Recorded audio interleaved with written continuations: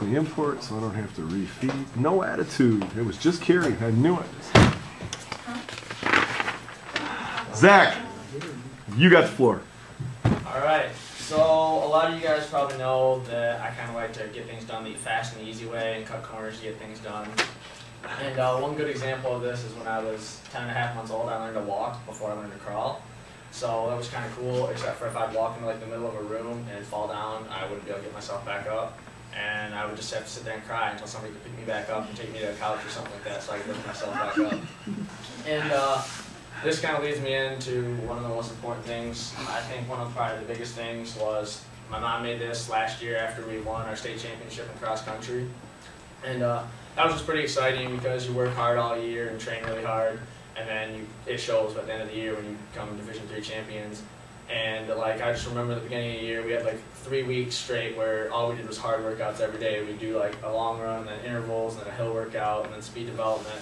And everybody was complaining like, man, when's coach gonna give us a break and stuff like that? And we just thought it was never gonna end. And then it eventually got easier, and we ran through it, and it ended up paying off at the end. And I'm just gonna share a couple of my favorite pictures. One of my favorite pictures on here is probably this picture right down here. I don't know if you guys can see it very well, but it was at Ovid Elsie's cross course. And I have like this little ritual thing, I guess, that I do before every race. And on like our last run out, I take a couple of stutter steps, and then I jump like as high as I can and bring my knees up to my chest or whatever. And then on my way back, I do it again, back to the start line. So I always do it twice before every race. And I don't know, I think I do this just to help get like the jitters out and stuff and get ready to get the nervousness out before the race. And in this picture, you can see me, I'm like hovering above everybody else. I was in the middle of one of my jumps, and my mom took the picture of it. So I'm like a foot and a half above everybody else. I just think it's kind of neat. It looks kind of cool.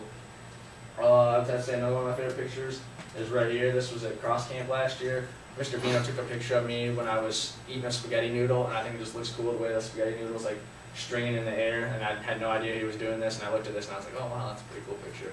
And I just thought it looked pretty cool at dinner time, showing how I like to eat and stuff. And then I like how my mom put the article of the Morning Sun. They wrote this up after we won. She put that in there, so if I ever want to come back and look at this, I can just reread and remember the memories and stuff, and it just hangs on my wall in my room. And that'll bring me to another thing. This box really isn't that important. I got a 5th grade year when we went to Mackinac City for our 5th grade field trip at Wynn. But this box, I just throw all my medals in here that I won from cross country and track. I have like 20, 22, something like that. There's a couple band medals in there too. Those aren't very important. But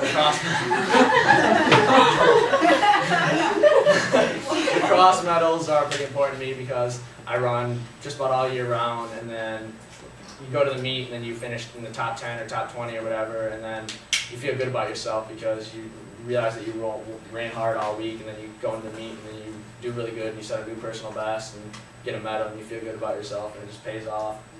It makes you want to come back the next meet or the next week and do it again, and it just shows like your determination and hard work. And another thing I have to say that's pretty important to me is my MacBook Pro right here. I bought that this summer when I wanted a new iPod Touch, or I wanted a new iPod, and I wanted an iPod Touch, and they were $300, and I was looking around and I found out that if you buy a Mac, you can get a free iPod Touch. And so I sat down and talked to my parents about it, and we decided that was something I could afford, and I do, and I used pretty much all the money that I had in my bank account that I've saved up over the last 16 years. And it just means a lot when you spend quite a big amount of money on something like that. And I plan on taking it with me to college next year, and I use it for high school right now. I do a lot of my dual enrollment stuff on it, and I did this presentation on it, so that's just pretty important to me. Another thing that I would have to say that's pretty important in my life is my family. I do a lot with my family. We go on a lot of vacations. Here's just a couple of pictures. This particular picture is when we went out west. We went out west and we went to like Zion National Park and the Grand Canyon and Las Vegas and Bryce Canyon. And this picture is from Arches. That's probably one of my favorite national parks that we went to. I just like the really cool arches. As you can see, there's pretty big arches right now. And we took a pretty big hike into the arches and saw a lot of cool things. And you look at pictures and stuff and you're like, man, that looks really cool, but you can't really experience how cool it is until you actually go out there and see all the stuff. This picture was from New York City. We went out east on our last big vacation, which was this past summer, right before my senior year.